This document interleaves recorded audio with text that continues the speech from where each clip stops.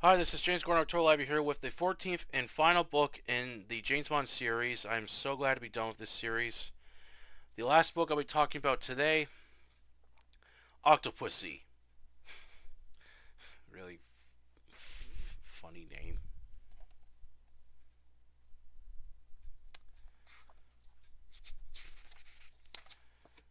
This is from Triad Panther, and this edition is from 1978. It was first published by John Cape on July 23rd, 1965. And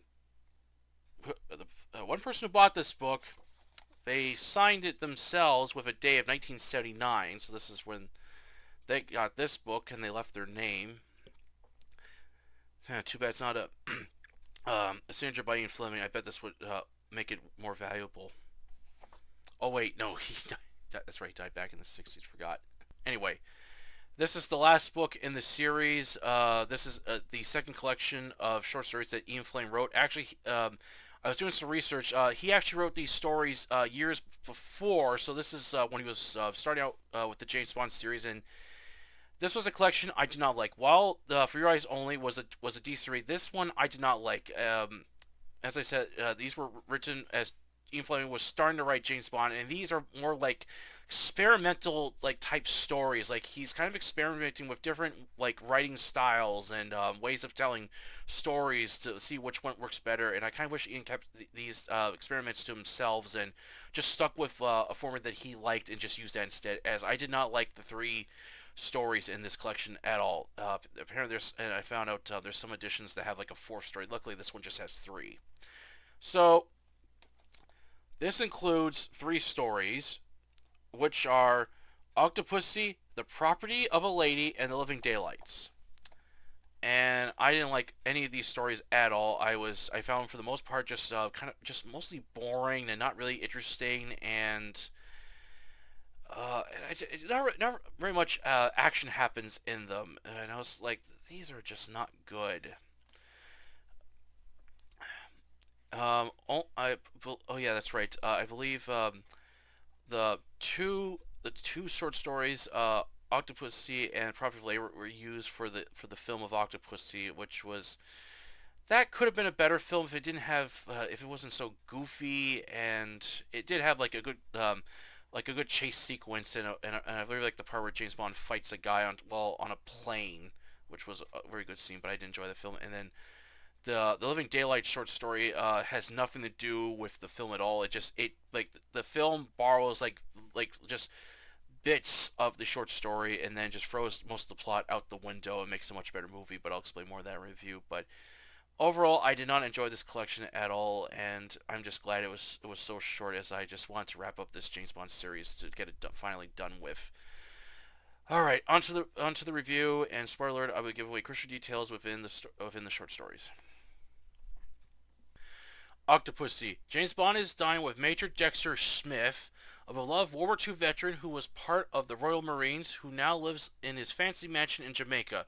However, Smith never revealed how he suddenly became rich and broke off all contact from his friends and family back in England, along with the mysterious death of his wife, Mary Perlin. James begins asking a series of questions during the war and what was his Webri's serial number, which makes Smith become suspicious. When Smith asks the reasons for all the questions, James reveals that the British military has been investigating the theft of gold that was stolen in Kitzfeld, Austria, that belonged to the Nazis, and a guide, Oberhauser, remains were found at the bottom of a mountain with a bullet in his skull, which links to Smith. Smith reveals how he discovered the gold along with his actions that led to his new life, but it would cost him his wife's wife after committing suicide when she learned the truth behind where the gold came from. James gives Smith two choices, either to surrender himself to Scotland Yard or kill himself. James leaves, allowing Smith to think over his choices. The following morning, he goes fish hunting while trying to kill a scorpion fish. When he's stunned by one, the poison causes him to sink towards the bottom of the sea when he's eaten alive by his beloved pet octopus named Octopussy. His remains are discovered on the beach after the octopus was hunted and gutted. James Bond writes in his report that Smith's death as a freak accident rather than suicide to avoid damaging Smith's reputation as a beloved war hero. The Property of a Lady. A Soviet double agent, Marie Froderstein, has received a valuable piece of jewelry crafted by Peter Karl Faberge, a golden Easter egg with jewels and handcrafted carvings. She plans on selling it at Sotheby's during a auction with a KGB director who lives in London will underbid its underbid it to increase its value to allow him to pay Maria for her work. They plan to outbid the Easter egg and capture the KGB director with the aid of MI5 agents. The Living Daylights. James Bond is at a shooting range preparing for a mission to improve his sniping skills. He does well and returns back to M's office for the mission. He's being sent to Berlin to help one of their agents known by his code number as 272 to escape over the wall and must kill a KGB assassin dubbed Trigger to ensure that 272 can bring back information on the Soviet Union. James and his spotter are stationed in an apartment with a view of where Agent 272 is staying. Both James and the spotter track the agent's movement along with anyone else they see close to the area. One of them is a blonde woman carrying a cello case. On the day Agent 272 has to escape, James spots the assassin Trigger but realizes it's a blonde woman and the weapon is inside her cello case. James shoots the case, allowing Agent 272 to escape as Trigger flees. While the agent escaped alive, but James knows he failed his mission to kill Trigger and is fine with this as he rather lose his 00 status. Octopussy Collection wasn't good at all. For the most part, I found all three stories boring, unlike For Your Eyes Only, which had some yet decent short stories of James Bond. This collection didn't offer anything interesting. From a murder mystery told through flashbacks with a lewd named Pat, to an auction event with a boring plot to capture two Soviet agents and a mission where James Bond refuses to kill a target because it was a woman so he could get fired. Seriously, there isn't anything I liked with this collection nor didn't enjoy any of the stories. These feel more like experiments for Ian to play around with, as I'd rather have him keep these experimental stories to himself than publishing them, as he could have rewrote them into something better. As for the only film that uses the title and bits of the plot, The Living Daylights from 1987 with Timothy Dalton, I liked a lot better, as MGM did a lot more of the story, characters, and adding so much more than what Ian wrote in his short story. Overall, I don't recommend this collection at all, not worth reading. As For Your Eyes Only was better collection than this one, along with the other James Bond novels that I enjoyed. And check out The Living Daylights film, that's worth seeing. And that's a review today. I hope you enjoy it, and I'm finally glad to be done with this James Bond series, as the last three books I did not enjoy towards the end of this series. Like, On Majesty's Secret Service was a good novel, but after that, the man You Only Live Twice, The Man with the Golden Gun, and then this collection I really did not like at all. As I said in my other review, Man with the Golden Gun, I felt Ian was really running out of ideas. He felt burnout and really needed to take a break when he should have, to let his creative mind relax for a while before getting back at it again.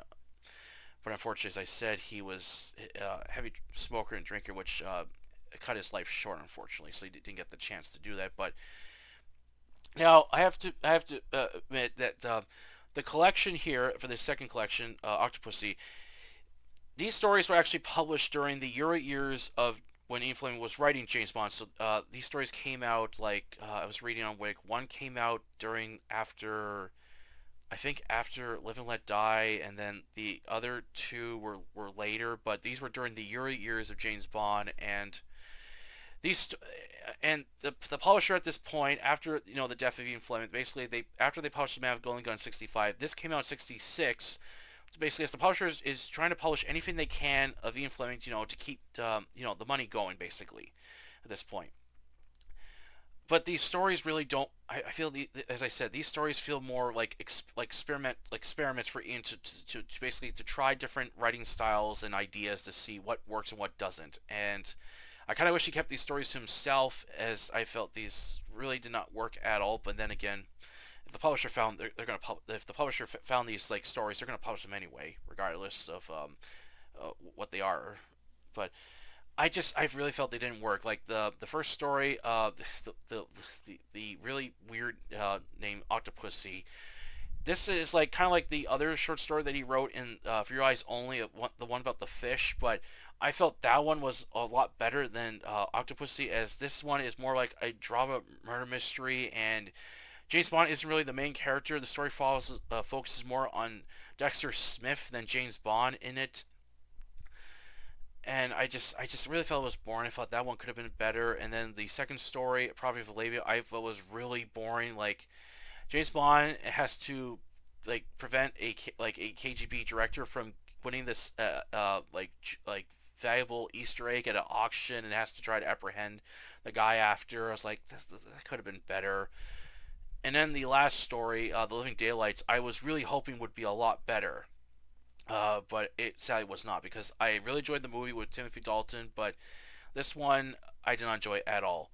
So the plot of the story is that basically James Bond has to help an agent escape over the Berlin Wall because he's got vital information and they need to know what the Soviets are up to, and he has to kill this KGB assassin known as Traeger. But during the mission, James Bond discovers that Trigger is a woman, and for some reason he decides not to kill her, to spare her life, just to scare her away, and he knows he's going to get fired, which he wants to. And I thought, why would you want to get fired from your job? You said you enjoy your job. Why did you want to get fired? I didn't get that one at all. And I thought, what? You're not going to shoot Trigger because it's a woman, really, Bond? And there's been a few stories where there are fame fatales, or like female villains and stuff where James Bond has put down and stuff, but this one it's like, oh no, I'm not gonna do it this time. I was like, I just overall didn't enjoy the story at all. I just felt it could have been better if Ian kind of went back and kind of rewrote these and to like flesh out the plots and stuff to make them more interesting and better and stuff. Uh, So yeah, out of the 14 James Bond books I read, only 7 I liked, and the rest I didn't, including this one. Um, and my final thoughts on the James Bond series is there's nothing really else to talk about Octopussy. I really wish he didn't use that title. Like it's such a weird for a story. Like it was just weird. And the scene where Smith is being killed by the octopus, the dialogue is just so cringy to read. While I feel Ian is a good writer, like he does have some interesting ideas. I like his characters, and he has some some interesting locations he says stories in, and some other stuff. But in my personal opinion, he's not the best. Like there's other thriller writers that I just kind of like more over Ian. I'm not saying he's a terrible writer. Not every writer can write a home run every time and stuff. And Ian does have his stinkers in the James Bond series, like many other authors do. But I would put him like average. Like he's a good like he writes good thriller men adventure stories, but I wouldn't rank him high along with some of the others from other thriller action books that I read in my lifetime. But overall, I had fun with this series. I enjoyed it. It was, it's always interesting to read these big book series and see what they're like and stuff. So they can be fun. I will say despite the books that I did not like at all, like I did enjoy them, but it didn't have me my blood boiling or maybe want to throw the book across the room. I overall enjoyed it, and for the future, I am planning on checking out the other James Bond books in the series written by the two other English thriller action writers, and then I also got that the Colonel's Son book, but I'll read that another day. I didn't want to take a break from James Bond before I'm ready to get back into it again. Alright, if you enjoyed this video, please like it, and please don't forget to subscribe to October Library YouTube channel and the Facebook group with the same name. Please support Review Fiction. Until then, I'll catch you later.